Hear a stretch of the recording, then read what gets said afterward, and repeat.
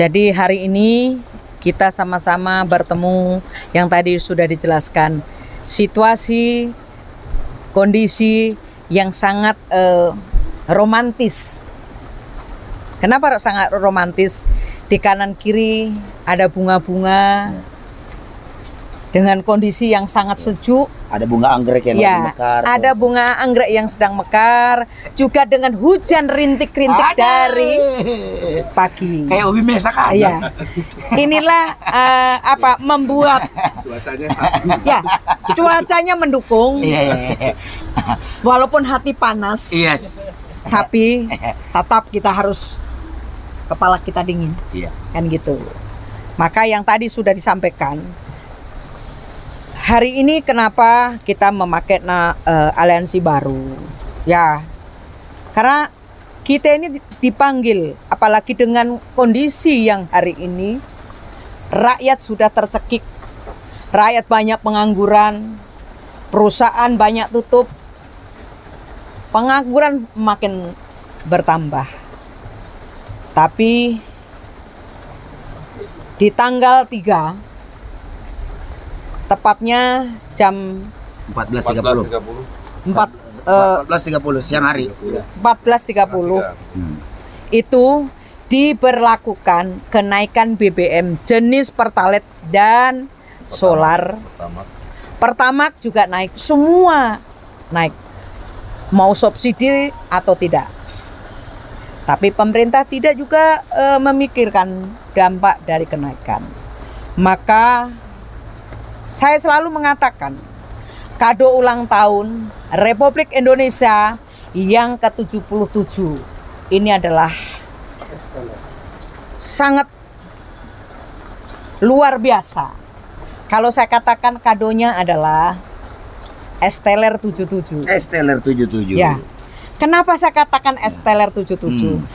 S-nya untuk pemerintah, S-nya untuk pejabat, S-nya untuk oligarki, gitu ya. S-nya juga untuk oligarki. Tellernya untuk rakyat Indonesia.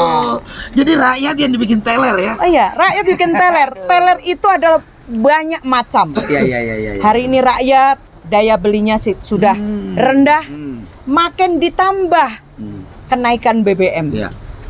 Ini bukan hanya rakyat, perekonomian akan anjlok. Ya. Kenapa yang kena dampak adalah rakyat kecil.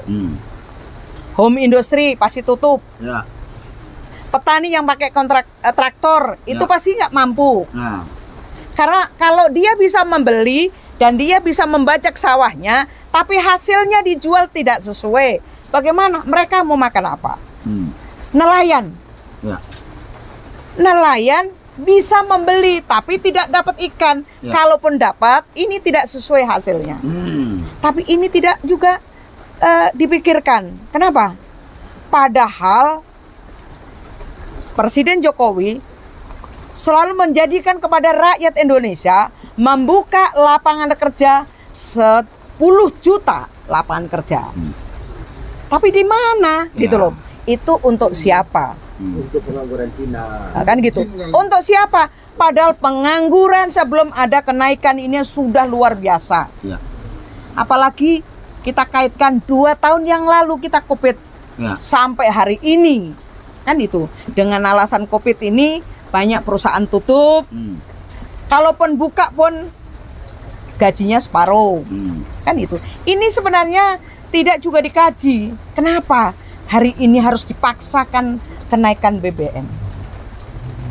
Dari situlah sebenarnya kami ini berangkat keprihatinan kita bersama.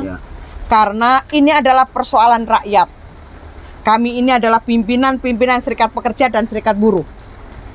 Kita punya tanggung jawab, punya kewajiban bagaimana harus memberikan solusi yang terbaik untuk anggota atau untuk rakyat Indonesia. Maka kita tidak boleh berpangku tangan. Jangan sekali-sekali kita menitipkan nasib kepada orang lain. Tapi ini adalah menjadi tanggung jawab. Yang lebih berat lagi adalah bagaimana kita memberikan tuladan kepada anak cucu kita ke depan.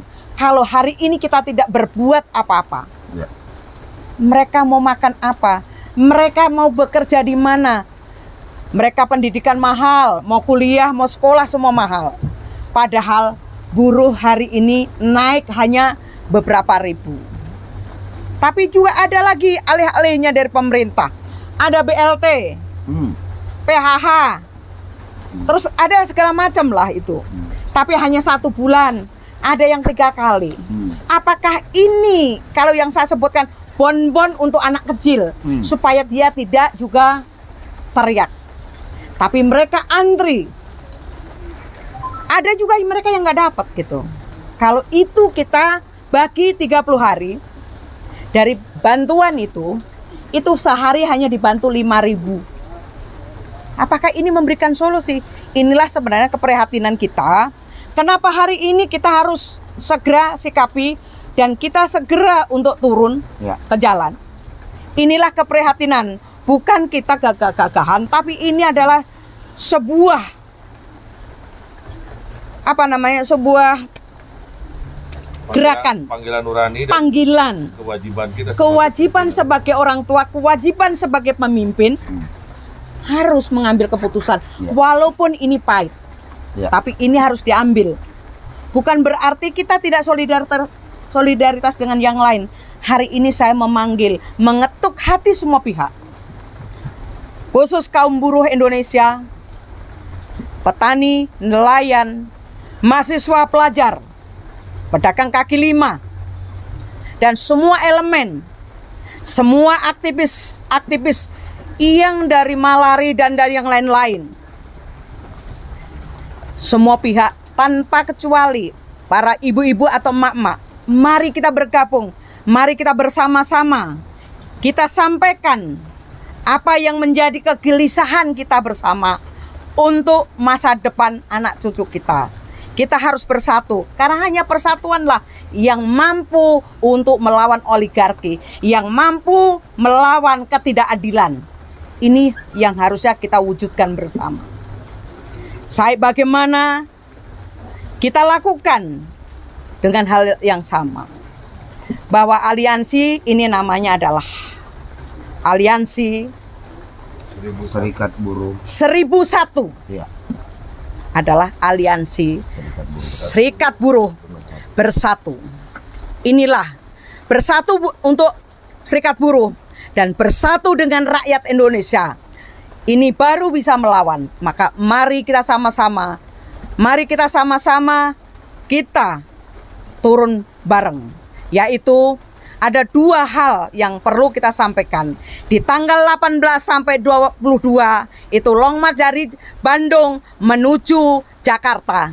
Tunggu saya di Jakarta di tanggal 18 sampai tanggal 22. Karena gong adalah tanggal 22 itu di istana dan di gedung DPR RI. Maka mari kita sama-sama, tunggu saya di sana. Mari kita sama-sama berjuang untuk anak cucu kita, supaya kita bisa merebut kedaulatan. Kalau kita mau sejahtera, kita mau bersatu, maka kedaulatan itu ada di tangan rakyat. Inilah yang harus kita sama-sama.